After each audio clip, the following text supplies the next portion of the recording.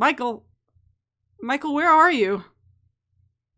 What's on the menu? Don't quit your day job. I wish I could. Anyways, hello everyone. Welcome to Cinema Gremlins, the most cinema Gremlins can be. Where we gremlin all over the place. Where we're just gremming everywhere. And today we are talking about one of my favorite Disney direct-to-video sequels. Would you argue this is the best straight-to-DVD Disney movie? I feel like the only two competitors with it, maybe Lion King 2 and like King of Thieves. I was gonna say Cinderella 3 is also really good. Cinderella 3, this is the top 4. It says something that 2 of the top 4 are Lion King movies. But this one may be number 1. Lilo and Stitch 2 is okay. I don't count Lilo and Stitch, because Lilo and Stitch just seems to be solid all around, you know, if you don't count Leroy. Oh, I was gonna say, I like Leroy and Stitch. My problem with Lilo and Stitch 2 is I just don't like the ending. Yeah, but either way, we're not talking about Lilo and Stitch 2. We're talking about Lion King 3. King 3 if you're in, Europe? I think. I forget if you're in the EU decided to be the fun police and was like, we're calling it Lion King 3 because that's what it is. It's the third Lion King. Hop, hop, peep, peep. Well, it's interesting because whenever I've watched this movie, because I've seen this movie I think twice in the last couple years, and can you think of another movie with an idea like this? Where it's a midquel and that's like... It's a midquel that is also riffing on itself while also having a lot of the same events from the first movie happen in real time. I can't think of another movie that does that. I don't think of other like movies. I think of shows. Cause there was like a trope with like like the two-parter where like one part will be one story and then it'll end. Yeah, that's basically what this is. It's like it's like the Phineas and Ferb had one of those with like while Candace was on Mars and stuff. Like shows don't really do that I think didn't BoJack do that once? But I've seen a few shows over the years, but I don't think I've seen movies commit to that. Yeah, I know Steven did it, where like one part will be one story and then it'll end and they'll come home and they'll be like, whoa, what the fuck is happening? And then they'll do the second part and it'll be like what happened while they were gone was like the other part of the story. Yeah. But I don't think I've seen movies, because I guess it's like... Maybe one, but it's only a part of a movie. I was going to say the other half of Back to the Future 2. Ooh, okay, that's a good point. That's like the only other movie I can think of where it is like kind of a midquel, but that's like both a sequel and a midquel, because halfway through the movie, they go back to the events of the first movie. Yeah. It was me, Barry.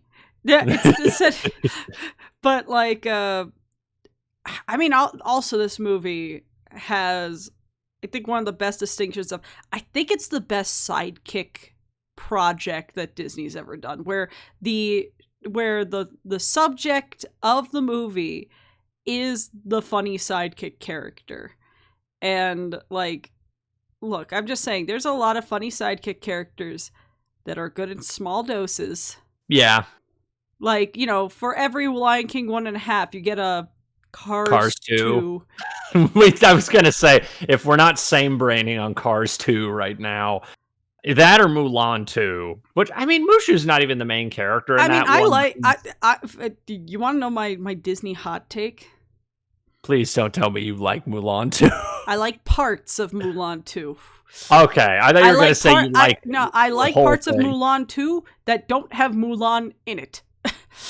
Oh, Sometimes I feel like Mulan 2 was made like they were going to make just a little spin-off movie with the other with Ling soldiers. and the three guys. Yeah, Yeah. and then they were like, "Huh, this didn't fill out the runtime enough.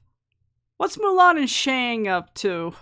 Like instead of it being Mulan and Shang meeting with the Emperor, it's like those three soldier guys meeting with the Emperor, and he's like, "Hey, I want you to take these three women to Yeah, like I'm just China." saying, if you could probably you could envision watching it that there was probably a draft like that, and they were like, "Yeah, but we can't." But then, how do we call it Mulan 2? But there's the Kronk's new grooves and all that. And I guess my hot take is I think Kronk's new groove is fine. I think Kronk's new groove has a really good section of it. Yes, because the Yzma and Kronk section should have just been the whole movie.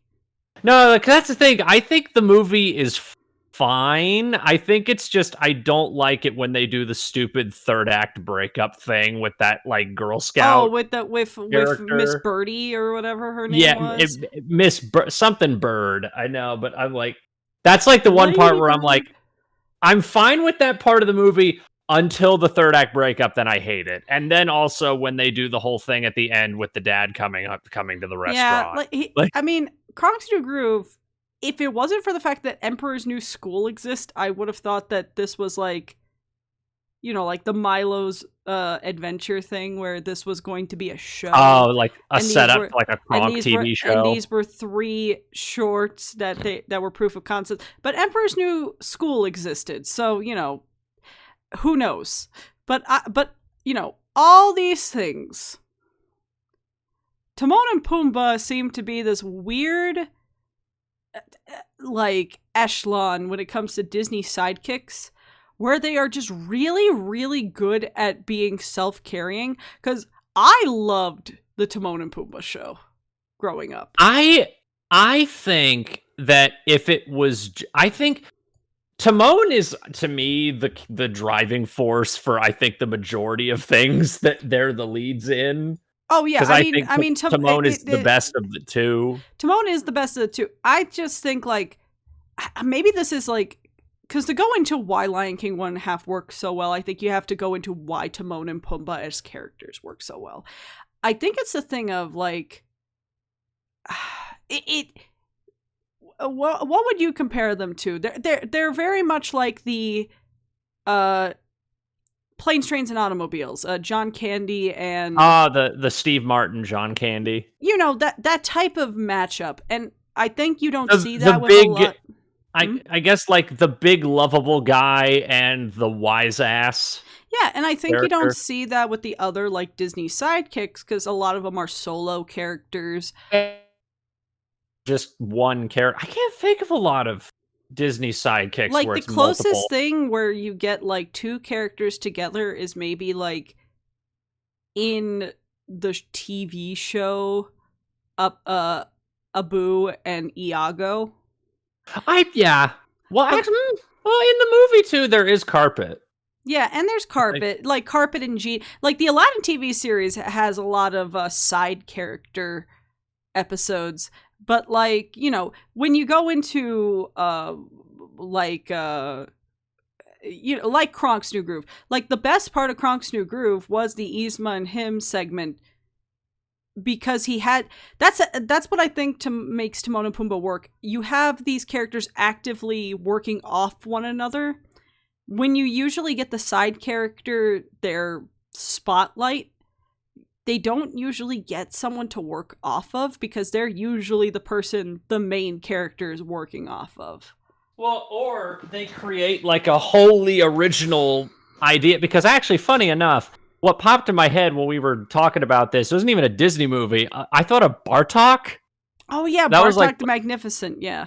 Which, that's another one where that movie's just complete. Like, I'm not even a huge fan of Bartok the Magnificent, but like Bartok is a movie where it's like they just took a character from that movie and they were like, well, we got this weird movie with a dragon lady and a witch and a cat. Was it a caterpillar or a snake? I forget what she's supposed to be. I think it was a caterpillar.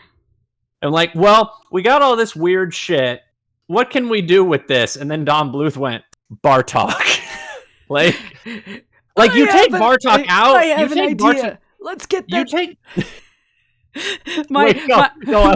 my Don Bluth sounds more like a. Your Don Bluth sounds like Don Bluth now, not Don Bluth 30 years ago. No, he just always sounded like the fucking raisin fish from SpongeBob.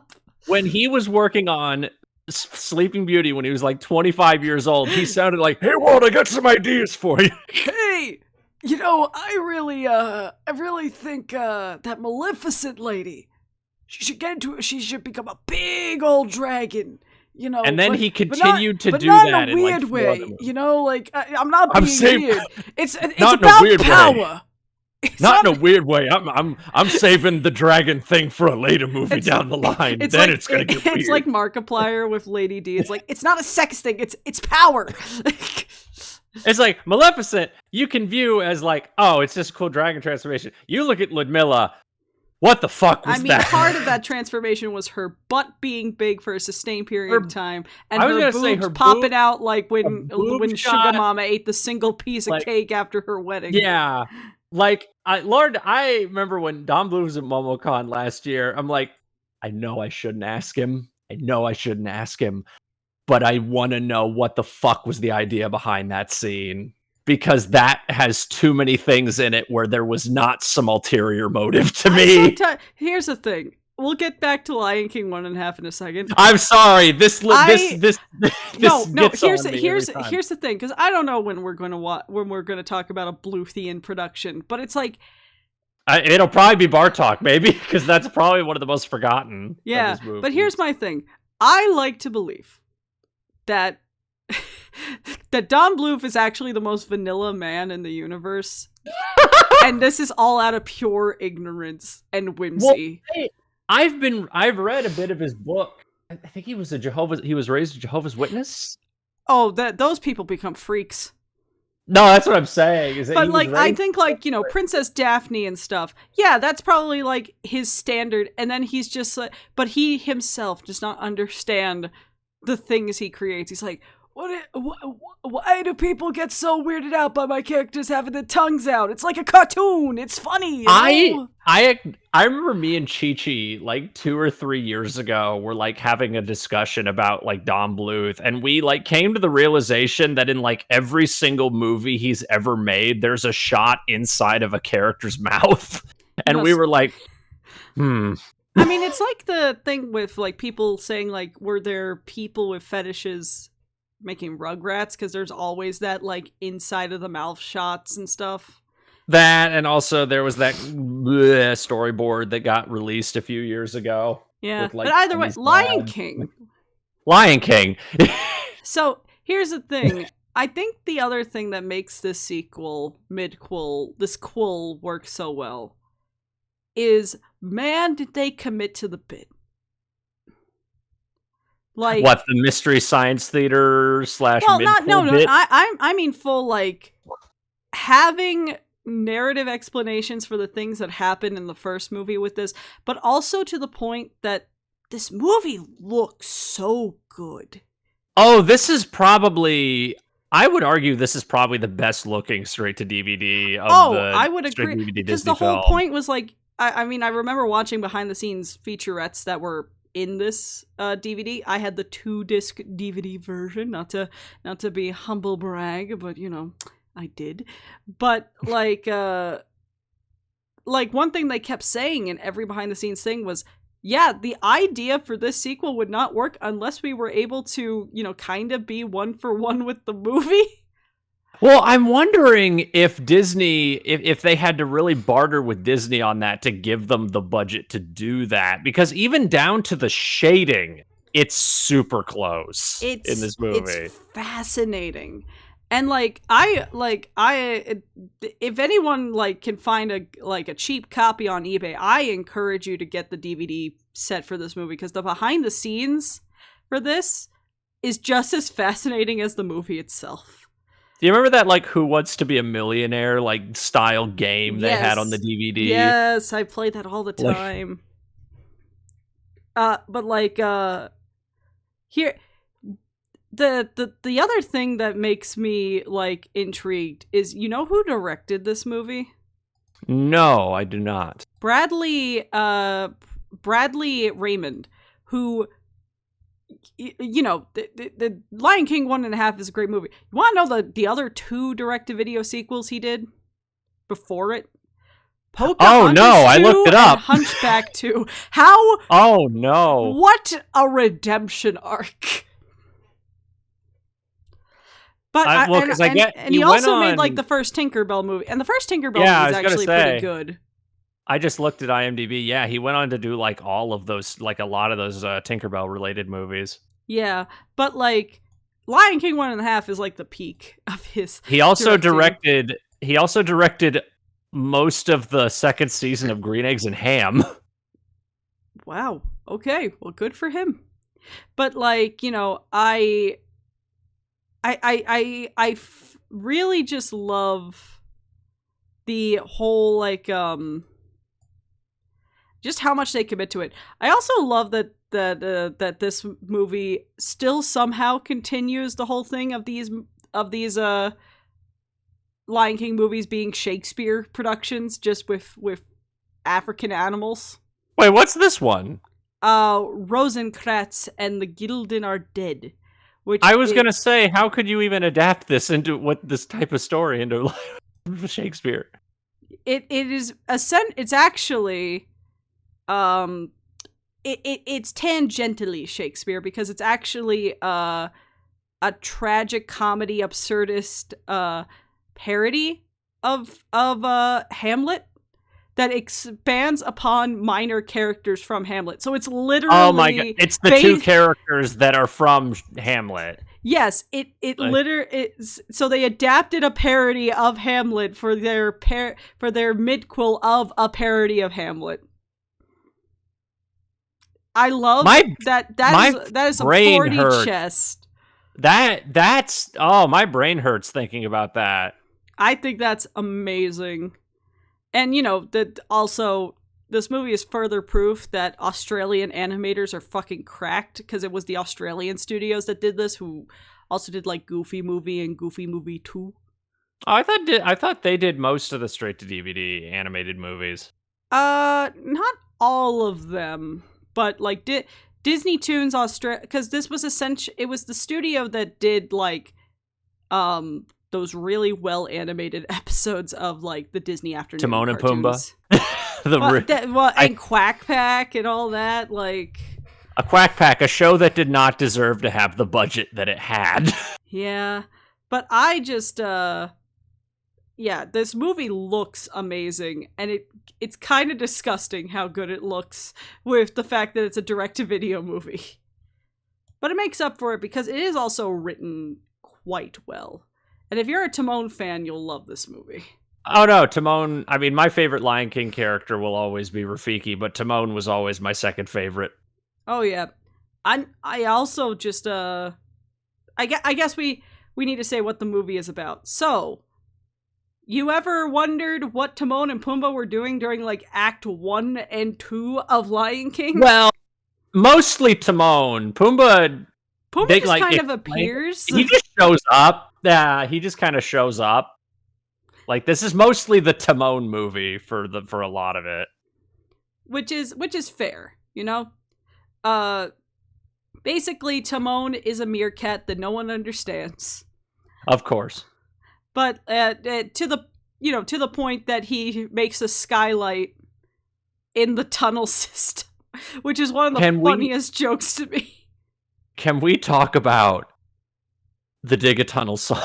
That song is so fucking good. That song has no right to be as catchy as it is, to the point where many people that are in our age range, if you just say the words "dig a tunnel," that song will get stuck in your head. Quick, if you ever heard that song. Comes, dig! It's the dig part that gets me. You never, with that Rayman ass looking meerkat. Yeah, basically. But no, that literally, I do not think that Disney has ever made a song genuinely that catchy since that song, because literally all you have to do is say those 3 words and that song will be stuck in your head for like 30 minutes. I have always wanted a flash mob that does that song just so you can get the part where it's like, what was that? And see a bunch of people synchronize, move their heads left and right. It's just Need to do like a mosh pit with that song, like just to get a whole crowd of people to do that song. And once again, you got the people who made songs for the original Lion King and stuff for it, because I think the producer of it was Lebo, who I think did a lot of the vocal work, especially like the African choir work for Lion King. So like Lion King and the stage production of Lion King, which makes sense because it is a bop and a half.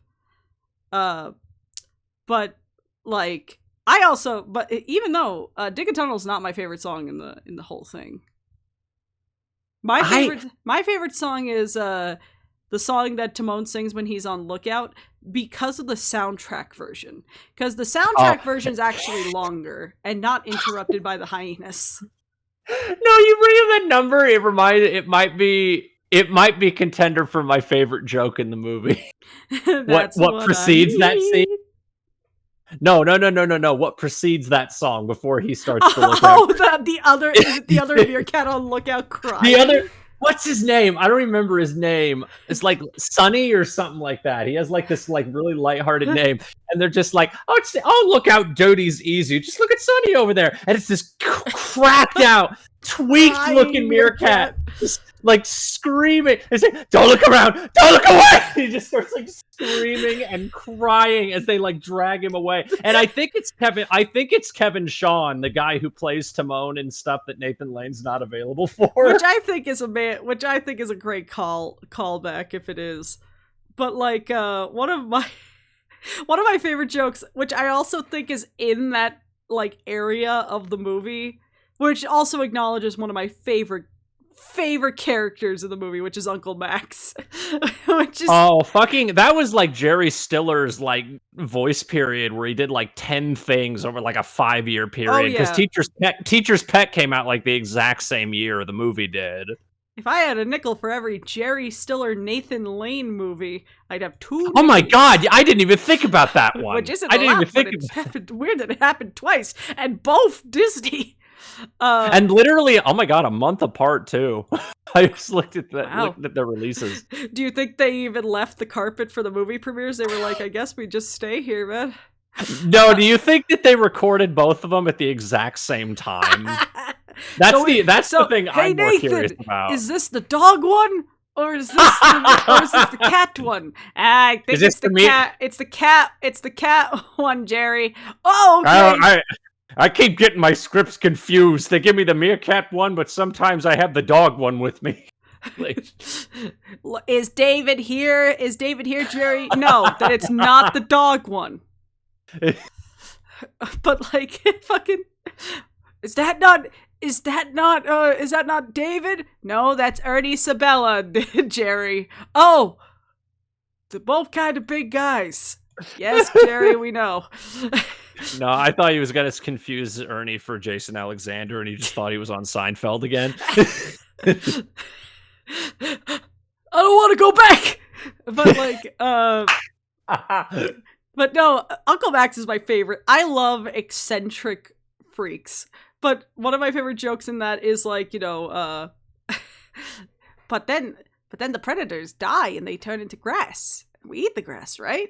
No, we can't digest grass. We're grass intolerant. Well, it's like, oh, I gotta talk about Julie Kavner as Timon's mom in this movie. I love her in this movie so much. I wish, it's one of those things where it's like, man, Julie Kavner, I wish you voiced in more things than Marge, just because you're such a good actress, and at least this one didn't make you do a voice that is going to like murder your corpse. Throw your throat over 30 years. This is actually your natural speech, because I don't think people realize that Marge is not her voice. Marge is not her natural speaking voice. It's actually closer to Patty and Selma than anything.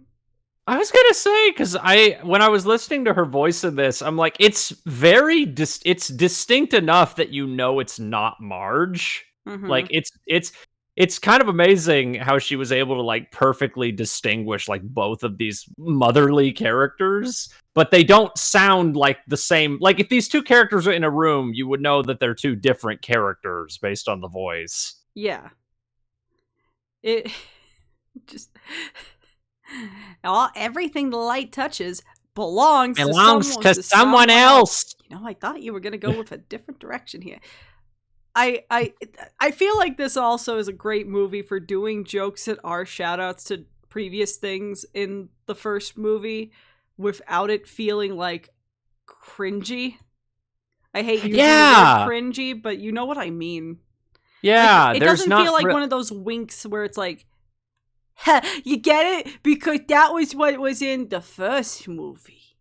Like, there's a couple jokes in this movie that really don't work for me, but, like, for the most part, a lot of the callbacks, I think, are really well done. Mm-hmm. Though I will admit there are a few timeline continuities that don't add up in this movie, based on the first film. I'm trying to think of which ones. Oh, there's two.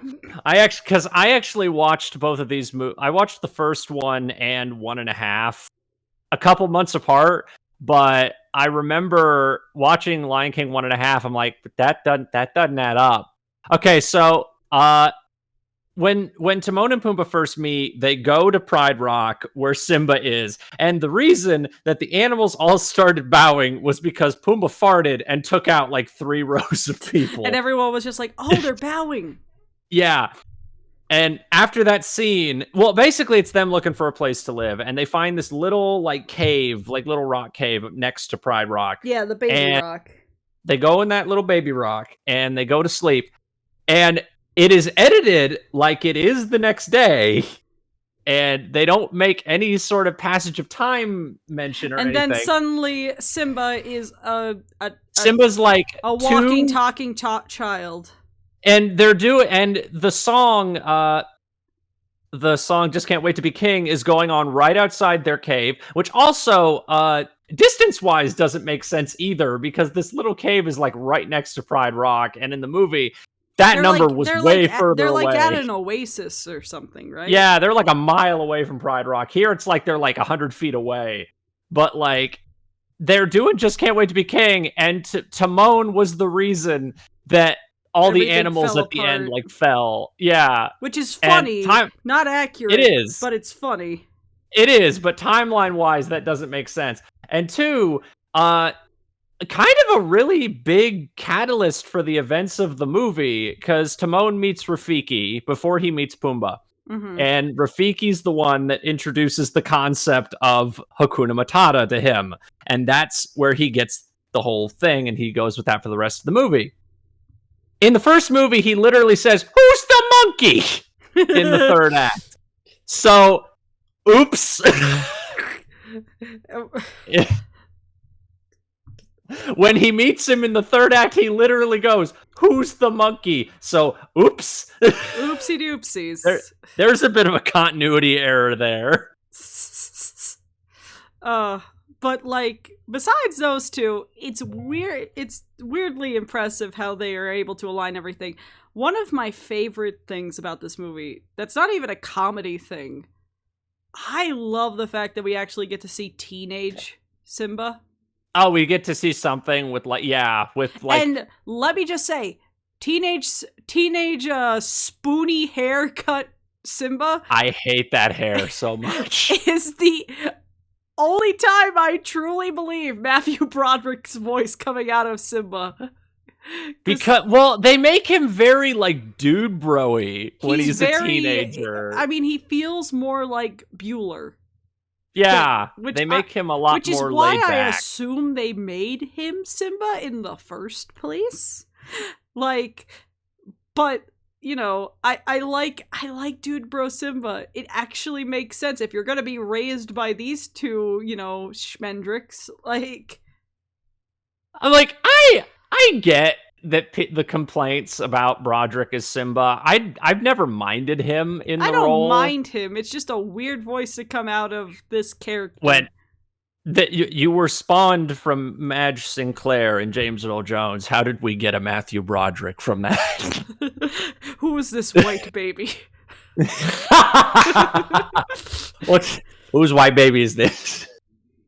But I do love seeing, like, the actual bonding that these two have. Like, he actually does feel like, Timon and Pumbaa are their dad, or his secondary dads, which I really love.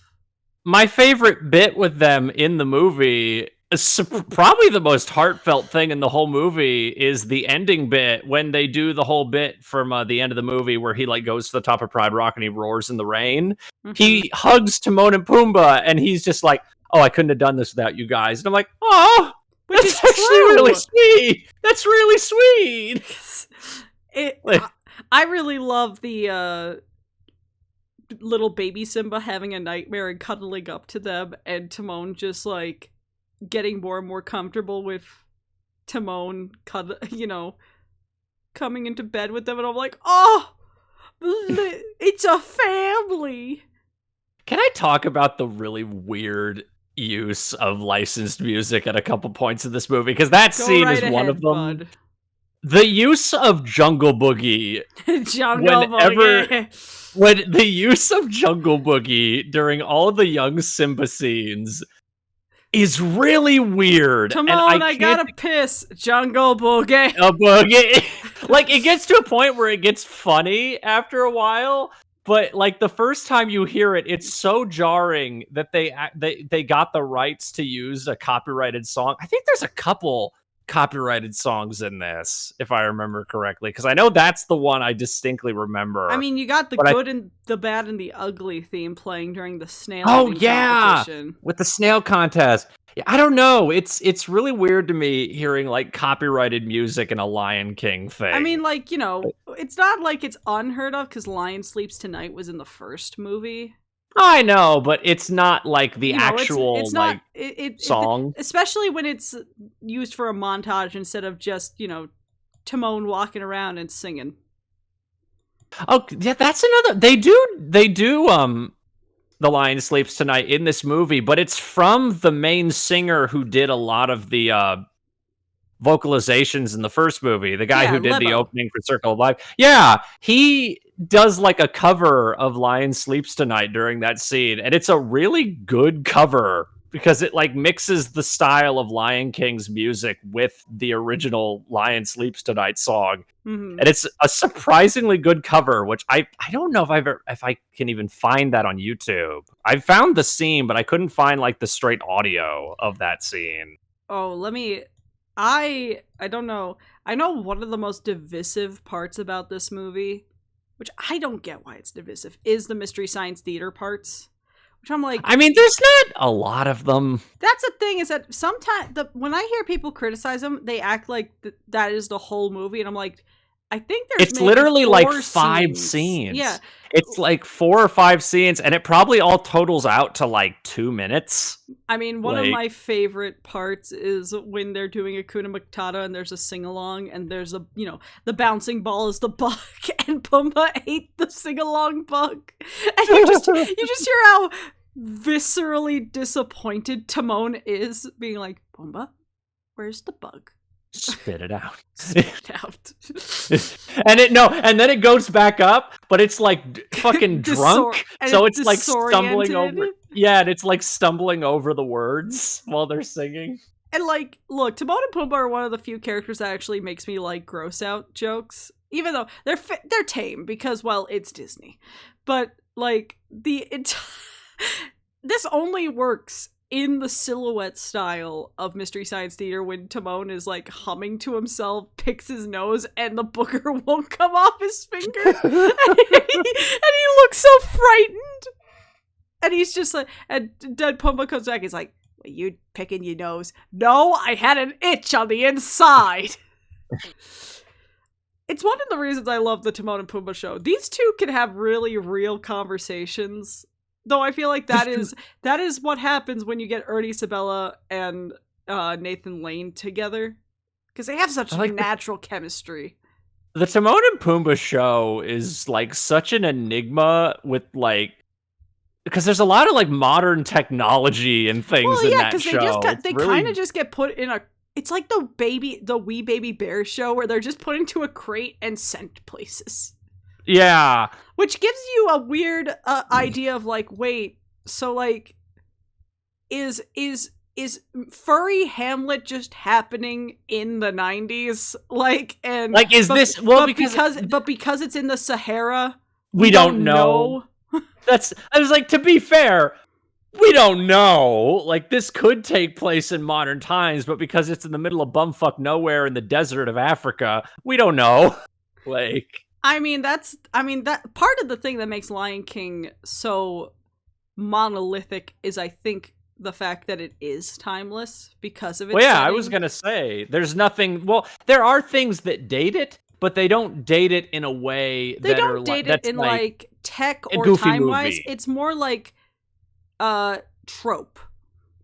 They don't date it in like a goofy movie way where Yeah, they there's like don't date it very where it's very like, oh, 90s here's the things. obvious Michael Jackson parody, and like, hey, look at my cool 8-track tape and my theater style TV with the giant box in the back, so that's how you know it's good. Well, yeah, the sign of a sign of a good. Would you call Lion King fantasy? I don't know what you I would don't call think it. it's fantasy. I mean, I would consider it fantasy to the level Lackadaisy is, where I'm like, the fact the characters are animals are more just to make. Well, I mean, there is ghosts. It's fable-like, I think.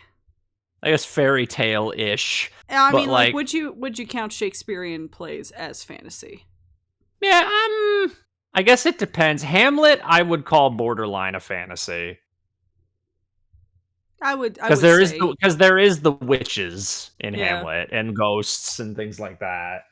I do like, but they don't play like a huge role, I guess. Speaking of ghosts, I do love the fact that Timon apparently could see Mufasa. He could see bad weather coming. Which, I think there's something really magical about these types of movies with the fact that it's like, yeah, what could be the pinnacle of a character's growth is just a background event for another character. I love that concept of like, someone's going through the hero's journey. For the other person, it's just a Tuesday. Who was the monkey? Who's the monkey? Oh, that was kind of like my other thing is I've always remembered that line from Timon, and I don't even know why. Just who's the monkey?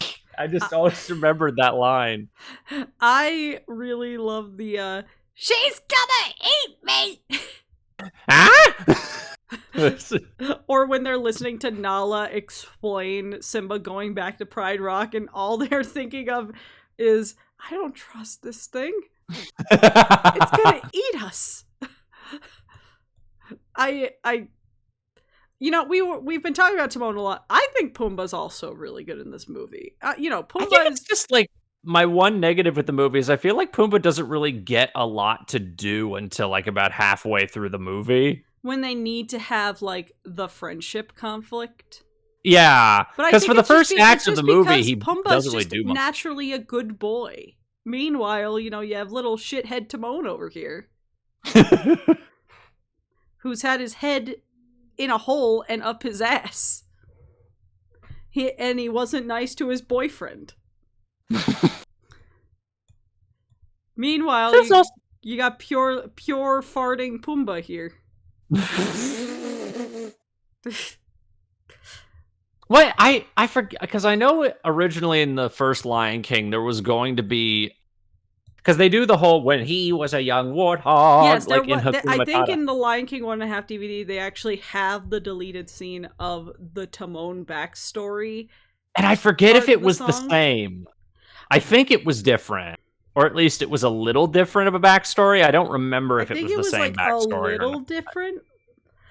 I don't think they had like acknowledgement of his family. I think they did just kind of have the fact of Timon was just an outcast because he was such an outgoing creature amongst a species whose entire point of existence is hiding and being a meek character. Oh, because I know that this movie had like a lot of deleted concepts or like ideas on the table. There's a Like whole Timon's deleted dad was also supposed to be present. Yeah. I mean, there's a whole deleted scene on the DVD that is Timon's birth, and it's parroting Simba's birth. Yeah. And I remember there was like Timon was supposed to have a dad, but they decided to split the dad into like two separate characters as opposed to just having the one dad, which I find weird because I remember they said the reason they cut him was because there were too many characters, so they made two for the one. I guess the fact that Uncle Max and the mom share so much screen time together, it might as well be one character. I guess.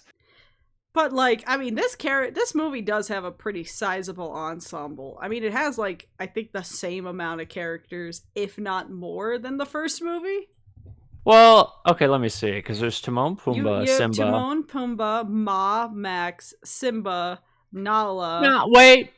Mufasa and Sarabi aren't there, so I'd say it is probably the same amount. Oh, Scar's not there either, technically.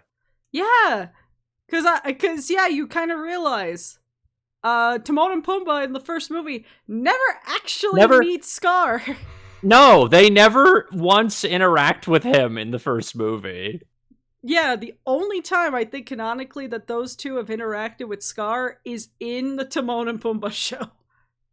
Well, and then there's the stuff with the hyenas, which I just like having those characters back because I fucking love the hyenas in Lion King.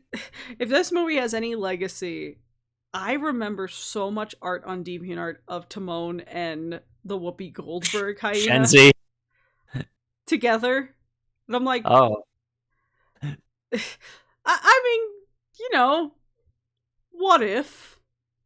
I forget what.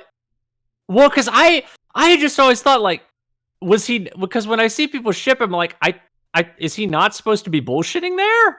I think he's bullshitting, but people will take anything and run with it because they're like, ooh, small boy, big woman.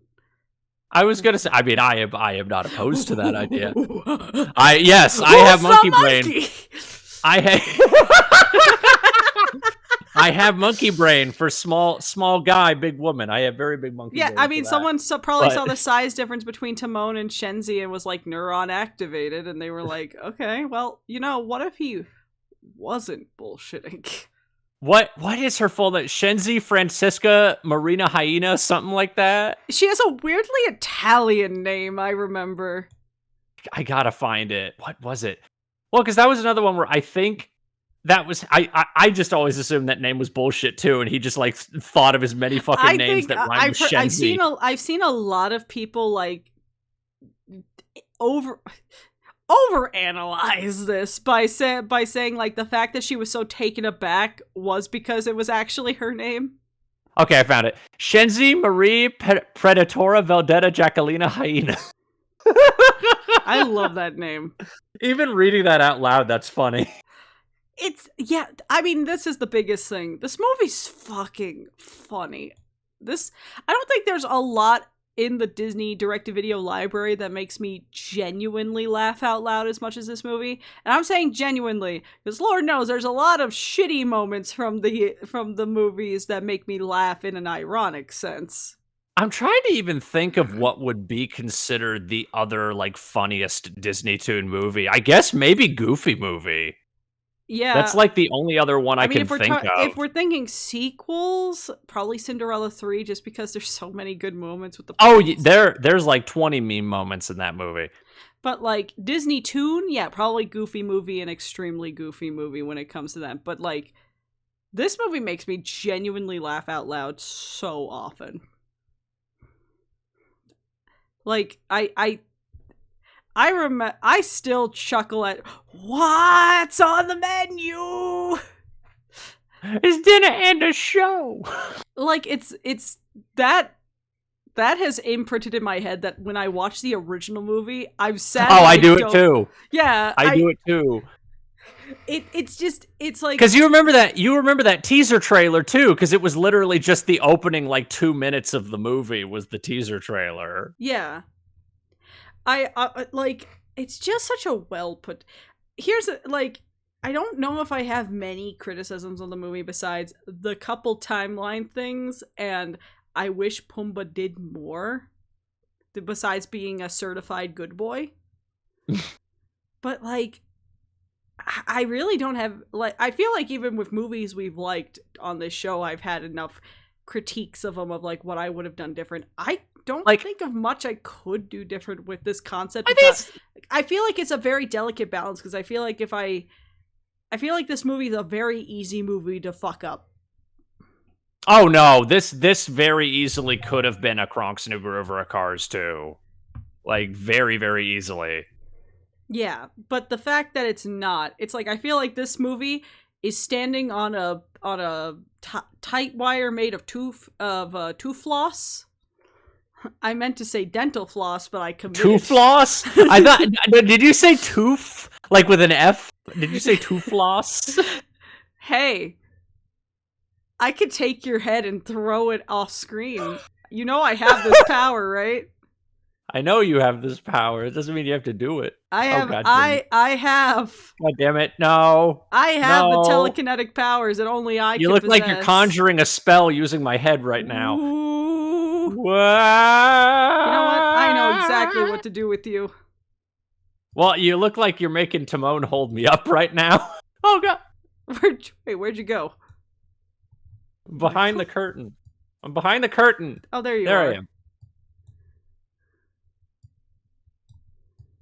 What are you doing? I gonna say, you having him prop me up? I think you had it about the right size before, actually. There we go. There, now I am Pumbaa. Oh god, are you going to hell? No, hold on. It'll be funny. It'll be funny. Are you putting your head on Simba? No. You think too small, young one. Well, he is very small. Ah! I gotta stop grabbing your head. See, when you said you could throw my head off screen, I thought you meant in real life, and I was very scared for a second. How? What is logic there? I mean, you are very strong. You probably could very easily throw me. And you are very skinny. I could. I know. There we go. There we go. Now, your head is very tiny. Yeah. But yeah, I mean, those were. Do you have any final thoughts on Pumbaa and Timon's funny hour?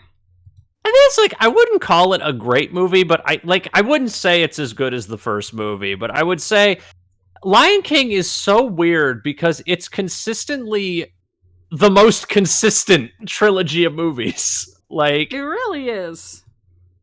it's very, very bizarre. I'd say I like it about as much as the second movie, because I really like the second movie too. The second movie is really fun. I don't know, do you have any final thoughts, tiny head Simba? Actually, big head Simba.